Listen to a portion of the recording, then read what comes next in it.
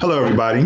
My name is Will Johnson, and I'm the owner and CEO and founder of Finding Your Personnel Management, or FYPM Staffing.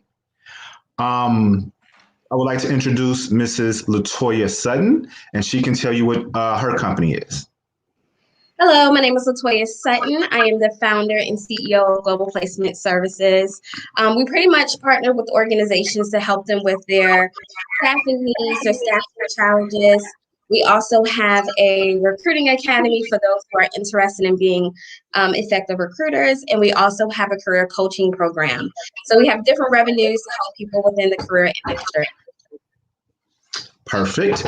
And here at FYPM Staffing and Finding Your Personnel Management, LLC, what we do is we speak to high school students, we speak to college students and show them some of the mistakes that they're probably making, from social media to their email address to everything. We literally break everything down one by one. We also do career coaching for people who are already in their industries and want to get to the next level. Then the other thing is we also partner with some businesses and help them do their staffing and show them some of the mistakes they're making. So today's title is Know Your Worth. I got some really good questions. Okay. And I'm going to push them to you first, and then you tell me what you think, and I'll tell you what I think. So a lot of people literally responded to my Know Your Worth segment that I did on IG and YouTube. That was probably the one with the most response. So I just recently got some more questions. So number one, how do you know how much to ask for? When you're negotiating an offer or trying to get a job, and they ask you how much are you looking for in a salary? We're not quite negotiating yet, because that's another question. Okay. But it's the question that says, so, Mr. Sutton, what were you looking to make? And this is the very first interview that you have. So, Mr. Sutton, how much are you looking to make? How would you answer that question? Oh, great question. Great question. So the first thing that I would do is I would know where I need to be financially. So I am going to take a look at all of my expenses to make sure that the salary I am requesting is going to cover those expenses. The second thing that I'm going to do is make sure that I also ask for additional funds for play, because we work hard. You also want to play too. I mean, if you're not your best self, you're not going to be the best employee, the best mom, the best husband, the best wife. So you got to make sure that you also take care of yourself. So I would look at money financially. I would look what I need for play. And then I will go up an additional $5,000 to $10,000 just to have that room to negotiate from the salary that I'm going to request for. So that's how I will determine how much money I need to ask for from the employee. Perfect. I like everything that you said, because that's part of what I also said. But I also said, look at the cost of living index for your city, or if you're moving somewhere else. Because let me be clear, I lived in Chicago. It's much more expensive than Atlanta. Much more. I've lived in cities, or in Atlanta is much more expensive than Houston.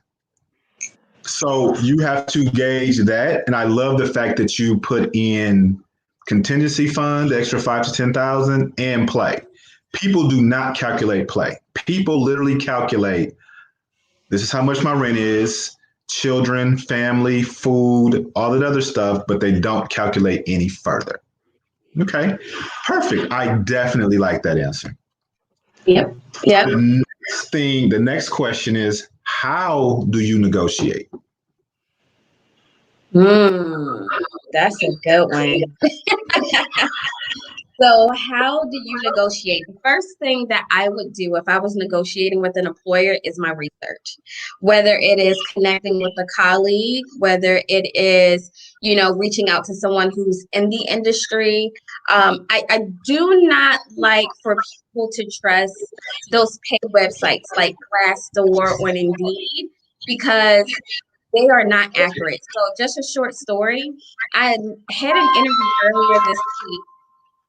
interview earlier this week, and we got into the salary part, and she referenced Glassdoor and Indeed and asked for $80,000, which was way above the salary that the organization was looking to offer. So when she came with $80,000, I asked her, how did you come up with this salary? How did you come up with this salary? And she told me Indeed or Glassdoor. Please do not trust that as a site when you are trying to negotiate with an employer. You want to be able to come with what value you bring, what skills you bring, what you've implemented, what you've been developed to, grow an organization. You want to talk about yourself and why you deserve the salary that you are requesting. However, you want to make sure that you're also being realistic. You want to look at the market rate. Now, there are some websites that you may have to pay for where you can, look at your current state. You can see what that medium range is, go for the higher range, and then add an additional $5,000 to $10,000 to it, and then negotiate. So that's the way that I negotiate when I come to employers. I come with facts. I come in with my why, and I come in with my value and how I can get the organization to their goal. Perfect. I like that answer. I like that answer a lot. The funny part is I've definitely seen what you just said. Somebody comes in $30,000, $40,000 way above what people are looking at. Because with those sites, they say how much were you making. People can put in whatever. They don't go to the company. They go to the employee. So people can lie. They think it's funny. And they know that people are going to references. They know they're going to references. So it's disingenuous, but I also feel bad for people who are like, oh, I know this is what they make. No, they don't. People rarely tell you how much they make. And I mean rarely. I'm not going to tell you. I'm never going to tell some random person how much I make. It's just not going to happen. My other tip is this: how much you looking to make and things of that nature. Be quiet. Ask a question back. Throw it right back to them. What is the salary range? The reason is you could be way too high, but it's a company you really, really want, and you're going to turn people off if you come that high. If they have good benefits, things of that nature, take all of that into consideration. Second, if you come in way low and the company likes you, oh, they're licking their chops because they know they're going to get you at the low end of the range. Depending on what your background is, I tell people to come in at the midpoint. If you've been there if you have 10 to 15 years of experience, I would even say 8 to 10 years of experience, go a little bit higher than the mid-range. Fresh out of high school and college, come in below the mid-range because those are more realistic. Unfortunately, the secret is they're never going to give you what you're asked for. They're going to come lower. 90 to 95% of the time, they're not going to give you what you're asking for. That's just the way this is. Okay, go ahead. You hear echo on your end? No? Okay, hold on. Let me see. Unless, let's say you're going for an executive role and you lowball yourself and you're not within that salary range that they're offering and they have to give you that minimum.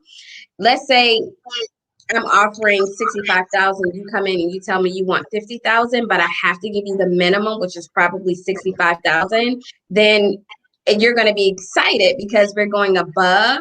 So that's the only other thing that I see. And I like that you pointed out that always ask for the salary range. That also goes back to the negotiation. Never give an exact rate. Always provide a range to the employer because they're going to provide a range to you. So that way, now you're giving the employer a range to work with and to also negotiate with. So just like an employer says, hey, this is our salary range between $59,000 to $70,000. You come in with that same range. I want $60,000 to $65,000 or $60,000 to $70,000. So great point. Great point, Will. Yeah, but the downside to what we just talked about, let's say that's the low point is 65. Let's say the high point, like you said, is 85 to 90. You're now the least paid executive in that company, literally, and you might be the best. That's the sad part. You might have the best work ethic. You might be the best person they have, but because you did not ask for the range, you have counterparts who are not doing what you're doing, and they're making $15,000 to $20,000 more than you. Yep, and not bringing the same value.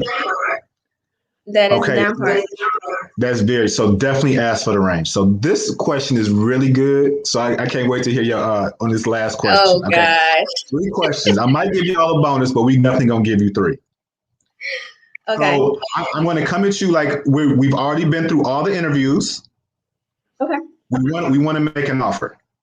So, Mrs. Sutton, you are our gold medal candidate. We really want to work with you. Okay, you are who we want. We're going to offer you 75,000 for this position.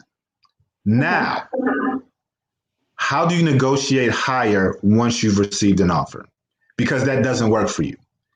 You need more. You've done the research. You know the range. I offered you 65. What did I just say? 65 or 75? I think you said 75,000. Okay. The range is 70 to 100. And I just offered you 75,000. How do you negotiate to get that up? Because we both know this happens. This has happened to us. We've had conversations offline. So how do you know the range? They told you the high is 100, but we just offered you 75,000. How do you negotiate in that? Because you want the job. You're at the last point. How you negotiate to get to that? Oh, you need $10,000 to $15,000 more minimum. First, I'm gonna go back just a little bit. For those who are in this place of negotiation, you have a job offer, and you're scared, you're fearful for asking for more money because you don't want to lose your job. You have to remember, they want you. They extended an offer out to you. You have something that the company needs and also wants. So come in with that same energy that you had when you applied for the position. You were confident when you applied to the position. You were confident when you went through the interview process. Now you need to have that same energy when it comes to talking about money and salary. So the first thing that I would do is, I would thank them for the offer. Share with them how excited I am, how I want to be a part and grow with the company. Then I'm going to go into my value, my skills, what I have done, where I can help the same thing that I mentioned earlier, where I can help the company get to. However, I was really hoping for a salary between, let's say, 90 to 100,000. Is there any way that we can increase the salary? And then, of course, they're going to go back and see what they can do. And of course, I might be happy at 85,000, but I just went up to 90 to 100,000. So when they come back to me, they're going to say, hey, Miss Sutton, I had the chance to speak with, the leaders and the budget, and what we can offer you at this time is 85,000. Then I'm going to say, thank you so much. Can I have a few moments to think about this and get back to you by tomorrow or within 48 hours? Is that okay? And let them say, yes, that's fine. Or we really need to make sure if they have an urgency to fill the position, they want to answer immediately. Ask them to give you at least 24 hours. Within 24 hours, you let them know you accept the offer because you're happy with the 85,000. You just went up to get to where you needed to be. So that's what I would do. So literally, excellent answer. I want to hit on a couple points. Definitely, you cannot tell them exactly what you need. They're not going to give it to you. Always go at least $5,000 over what you want. A lot of the times, you're going to meet in the middle. Another thing, do not be afraid to live the life that you want to live. That company was not afraid to lowball you. And a lot of the times, companies lowball you. I've been in meetings, I'm like, listen, you want me to offer them what? Like I've said that as the recruiter, you want me to offer them what? You sure this is the offer you want me to go back with? Because you didn't really like the silver medalist candidate. So keep in mind, as a recruiting team, we're working for you also. But the company says, let's offer her the low end. Okay, fine. I go back and I offer you that. This is from the recruiter standpoint. I know she's going to turn me down. And I've already told it. The hiring manager or whatever team, I've already told them. So they're already looking to know that she's probably not going to take it. Because I'm the one who's talked to the candidate a lot more than they have. I got to know the candidate. I sourced the candidate. I went through their background. I got to know the candidate a little bit more. Now, from the other perspective of the candidate's perspective, again, you cannot be afraid to live the life you want to live. You cannot be afraid to ask for the money that you want to ask for. And I want to be honest, I have never Well, I shouldn't say never. Within the last 5 years, I've never taken the original offer. I've gone back every time, and 90 to 95% of the time, they definitely came up. There was a couple, and I passed on them. It was not enough money. I could not do what I needed to do with that amount of money. And they understood. They get it. We've looked at your resume as recruiters. We know what your background is. We know it. So when you turn around and you look that person in the face, if it's virtual or you're on the phone, hey, literally, I really like the company. I definitely think I could be a help to your company. This is what I'm going to need. I'm going to need this, this, and this. And also, when you're negotiating everything, don't just ask for the money you want. Ask for 401k. Depending on where you're at in your career, ask for the 401k match. Ask for the vacation, because people, I did not know this. I'm going to be completely honest. When I got into executive and they're like, yeah, I need 3.5 months off. And in my head, I'm like, they're not going for that. I take it back. They're like, I'm like, hold up. So I could have been asking for a vacation this whole time. I could be asking for a higher 401k match. Money is not the only thing that's going to make you happy in these positions. Yep. Your time off is needed. So be willing to ask for everything that you want, just like they're going to tell you what they're willing to give you. It has to go back and forth. What do you think about that? And it's so funny that you mentioned executive recruiting, because when I first got into recruiting, I just knew people could negotiate salary. I had no idea that people were negotiating vacation time until I got into executive recruiting. I was like, you're asking to go back for 4 weeks of vacation instead of 2? This is standard for the organization. I'm not sure if this is something that they can do.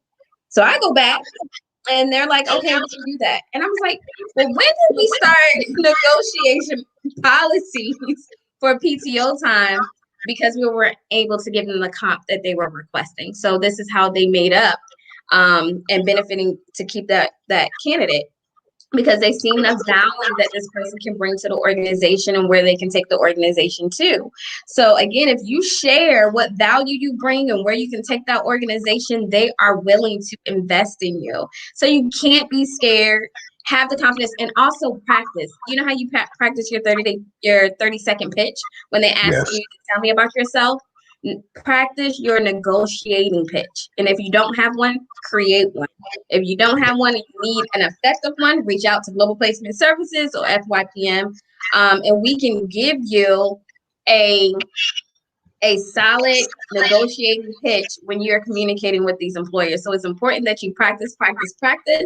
You're prepared, you research, and you bring that confidence and that same energy you brought when you first initially applied for that job, because you took the time to read your resume, you took the time to apply to that job, you spent hours and time out of your day, unpaid, to interview with these people. Use that same energy to ask for the salary that you need to be financially stable and to take care of your family and yourself, of course. Absolutely right. Like, I love all of those points. I forgot about, like, we both had situations where we went on 3 to 5 interviews for one position. And each one of the interviews are anywhere from a half hour to an hour. So that's 2.5 to 5 hours out of your life. And then to be lowball. So and repeating the same information. And you're like, this could have just been a panel interview, but a lot of people are afraid of panel interviews. Yes. And a lot of interviewers don't like panel interviews because they want to interview the way that they like to interview, because each interviewer is different. And we'll talk about interviewing a little later, but you want to follow that interviewer as well. So yeah, great point. Okay. Those are 3 questions that were sent to me. Thank you so much for your questions. I want to switch it I'm going to keep it under Know Your Worth. Okay. So, me and you have known each other for 3 to 5 years. I can't remember. We worked together on the plantation. We're not going to say the name of the company, but we both transitioned away from this company because we knew our worth. What in you? Because I want to give people like personal stories also. What in you said, I'm doing way too much work for this amount of money? Like, what was in you that said, I deserve more? because there are people who are terrified to leave where they're at. This was pre-pandemic, but since the pandemic, people are like, oh, I got to keep this job. I got to keep this because we don't know what's going to happen next. What was your mindset to say, I deserve better, I'm going to keep moving? Following my passion. Okay.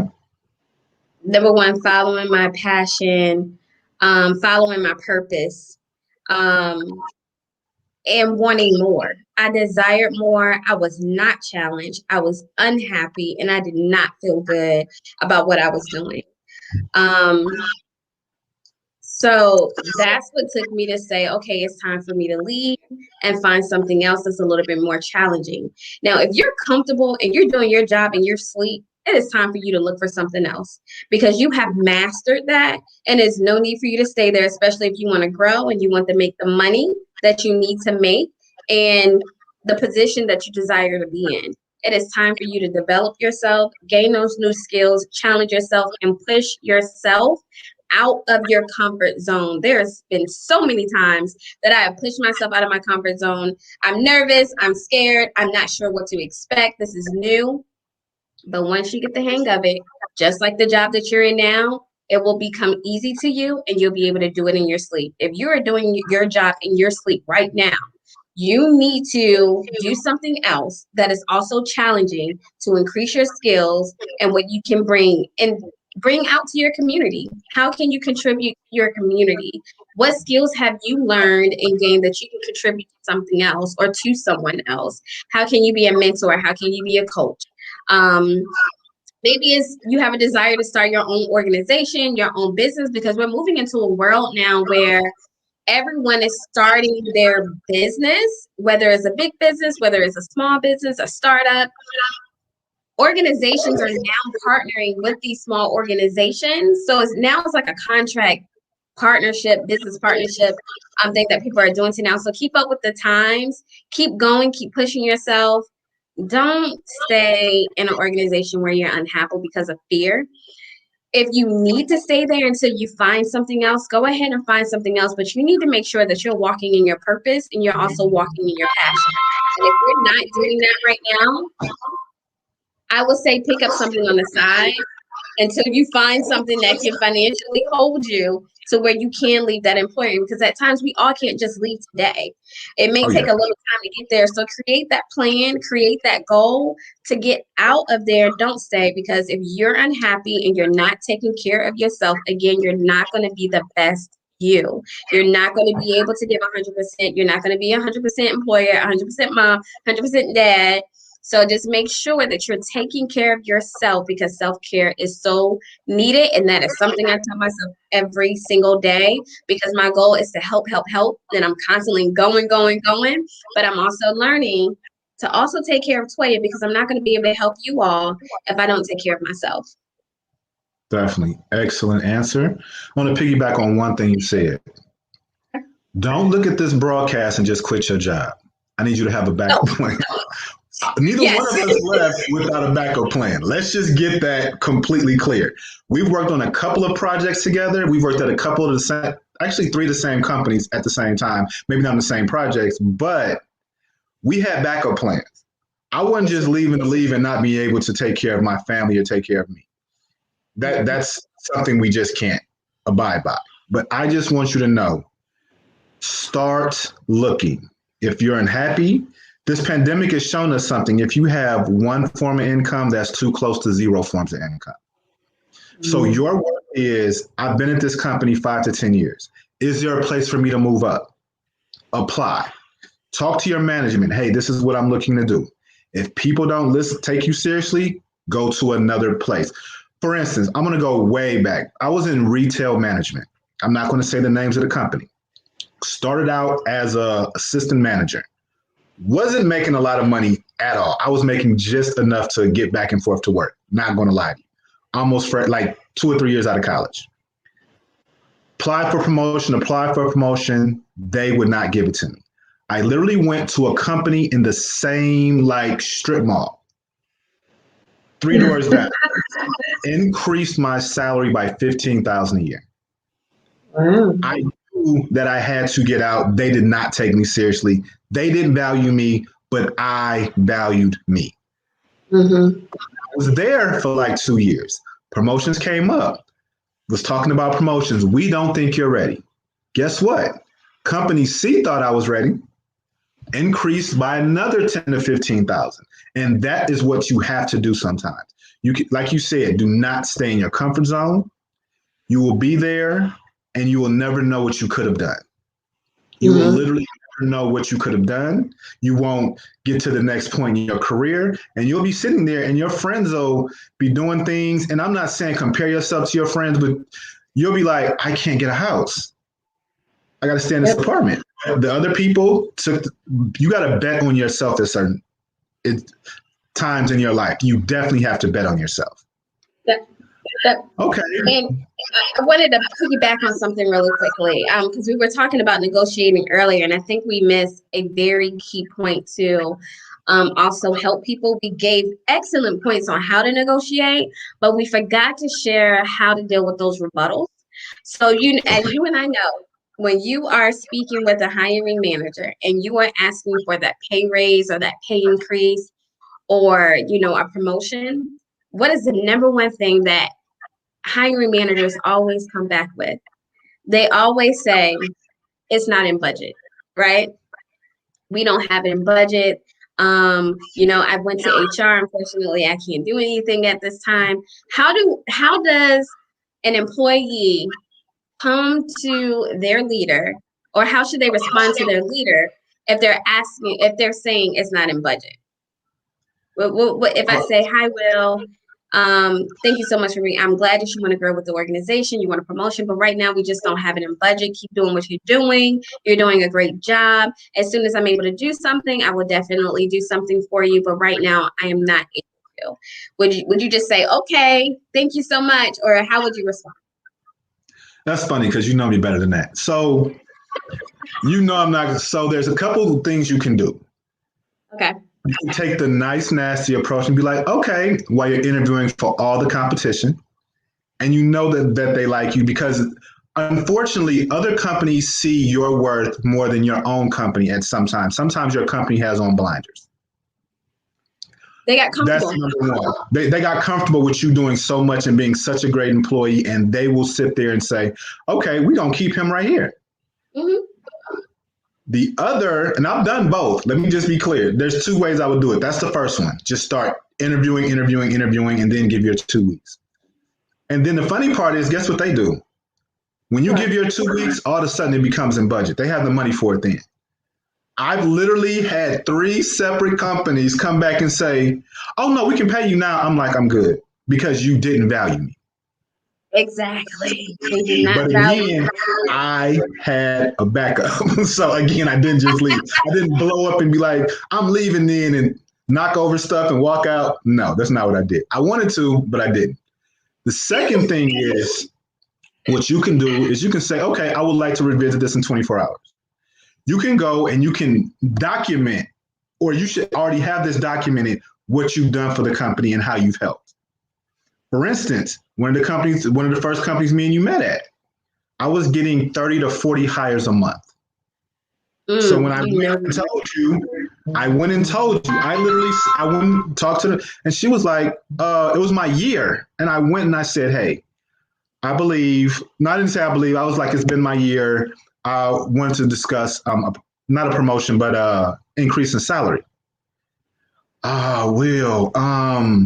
Yeah, and start hemming and hawing like immediately. This person never hemmed and hawed, and you know exactly who I'm talking about.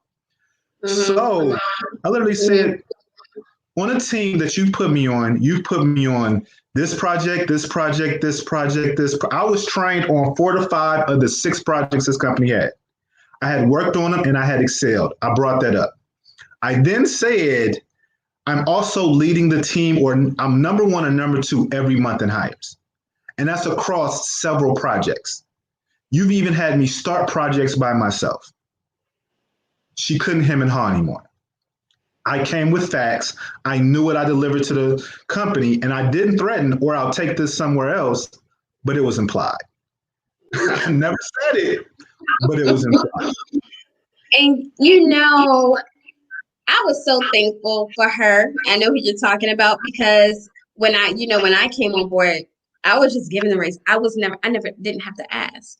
I didn't have to ask until she was gone and someone new came in. So it was new to me that I had to ask for a raise when I was already expecting it to come every April. Like, oh, I'm getting a Yep. raise. I know it's coming because she's always looked out because she came to you and I as her 911 recruiters, right? For all the projects Yep. that you just mentioned. But when new leaders came in, it was like, okay, now I have to share with you what my value is when you can just research and look at the data and what projects I have worked on and where I am. But he had his own vision. So because he came in with his own vision, he lost excellent employees. So me having to, uh, No, I was one of the excellent employees he lost, but keep going. he sure did. Now, when it came to me trying to share with this new leader my value, what I've done for the organization, it went over his head because he didn't know the business. And because he didn't know the business, he still came to me, but didn't see my value in in giving me my raise, right? So here's, when an employer says it's not in budget, you have to come back with questions, like Will mentioned earlier. You just don't come and say, okay, and then I'm just going to look for something else and then leave. No, you need to challenge that leader because they can't just think that they can just tell you something and you're just going to walk off. You need to challenge them. So here's a question that you can come with. Okay, thank you so much. It's November. I know you said it's not in budget. Can we revisit this in January? Or when do you think that when is the budget review? When are we going to get a new budget where I can get promoted or I can get an increase in pay? See what they say. Something you don't like, then you come back with another question. Maybe you can say, okay, Mr. Smith, can you share with me how you plan to develop and grow your team, skill sets, and financially? What is your plan? Because now you need to know what his plan is because he's giving you all these rebuttals or she is giving you all these rebuttals. What is your plan? And if the plan is not, some people get false promises just to keep you because you're doing an excellent job. Some people will throw a few dollars at you and it feels like a smack in the face at times. But just to see if you're going to be happy and they can keep you, they give you a few dollars, okay, but you're still looking for another opportunity that is going to pay you for your worth, your time, and what you can contribute to that organization. So you masters, you gave some great, great points, but I wanted to make sure that people know that negotiation is not that easy. And you have to be prepared to come with questions. So be a good listener, listen to what that leader is saying and come back with a repeat and come back with a question. That way you have clarity by the time you leave that meeting and that leader is rethinking what they just shared with you and what they can do. Also, that first time I spoke to this particular leader I just talked about, I never had to ask for more money. Every March, the raise just came. If you stand up for yourself, they will remember you. You will stand. But keep in mind, I was doing excellent work. LaToya was doing excellent work. And I can, because me and her started working on some of the same projects. Like we carried projects. Yeah. She called us a SWAT team. You remember? Yep. I got to bring in a SWAT team. Do you guys have capacity to help? Yeah, we can help. But we made ourselves invaluable. Yes, we made ourselves invaluable. So that's one thing. Don't be a terrible employee and ask for a raise. They know you're a terrible employee and they're laughing at you. But if you really are doing your job, do not be afraid to say, I am worth this. Mm-hmm. And don't be sad either if you resign and they don't work hard to keep you. Because that just shows how they felt about you. But you're able to leave knowing that you gave 100% and you left fulfilled and they just lost a great person. Now they're hurting because that happens a lot. They think that you're just going to leave, but you're going to come back. That is not what's happening. When they're gone, they're gone. And when they're giving you the opportunity to keep them, you need to take that seriously because a lot of employers think that's a tactic. I can't talk today. Now where, employees are saying they're going to leave but really don't want to leave. They're rescinding their or withdraw their what is it called? Resignation. They withdraw Mm-hmm. their resignation now. So now a lot of employers are thinking that this is just a tactic where you can just, get more money, but that's not always the case. You need to take it seriously as a leader to find out where this employee is unhappy, how they contribute. Is this person worth losing, or is this person worth keeping to help your department grow so that you make sure that you are reaching the overall goal of the company? So it goes for leaders too. You got to take it seriously. Oh, You have to definitely. listen to your employees. Okay. Yourself in their Well, shoes. thank you so much. So what we're doing right now is me and LaToya are business partners. We partner on a lot of things together. So she's going to do Secrets HR Doesn't Tell You. That is her show. She's going to do it, I believe it's the second and the fourth. It's going to be every other week, and you're going to see both of us. And on the other 2 weeks of the month, you're going to see Why You're Not Making What You're Worth. And that'll be with me. It'll be on all of our platforms. I'm going to close out by asking LaToya, what do you have coming up? And we're going to go from there. Yeah, so Secrets HR Won't Tell You, we do have we're going live next Thursday. We go live every other Thursday at 8:30 a.m.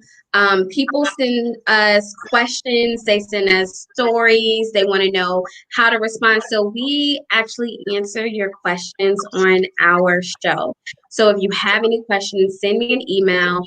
You can do info@globalplacementservice without the s.com, or you can do lsutton @globalplacementservice.com. I'm sure it's going to be below the link here of this show, of FYPM show. And you can send me an email with all the questions that you may have, and we will do our best to answer them honestly. We will share success stories or any questions that you have. The next show that we have coming up is horror stories from recruiters. So we are going to share with you some stories. So any recruiters out there, if you want to share some stories, send us an email so we can share some of your stories, but we're going to share our own personal stories. So if you are interested in hearing some of the stories that we face on a day-to-day basis and how to be a better candidate, join the show next Thursday at 8:30 p.m. Oh, can you also give us some of your social media handles so that we can follow you there also? Yes, Twitter is Global Placement Services, Facebook Global Placement Services, and Instagram Global_Placement_Services. Perfect. Again, I am Will Johnson, owner of FYPM Staffing and Finding Your Personnel Management. FYPM_staffing, IG, YouTube, Twitter, LinkedIn, Facebook is Finding Your Personnel Management. They wouldn't let me change it. So I will see you in 2 weeks on my show, but you'll also see both of us next week. Again, please send questions. We will literally answer every last one of your questions on shows that are coming up.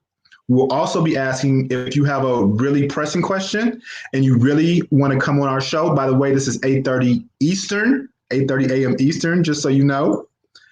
We will definitely bring you into the live and let you ask the question, and we can give you some answers live, and you can actually ask follow-up questions if you want to. Just two. We're not giving you everything we know because, again, you have to use our services. But thank you so much. We'll see you again. Bye. Bye-bye. Thanks for having us.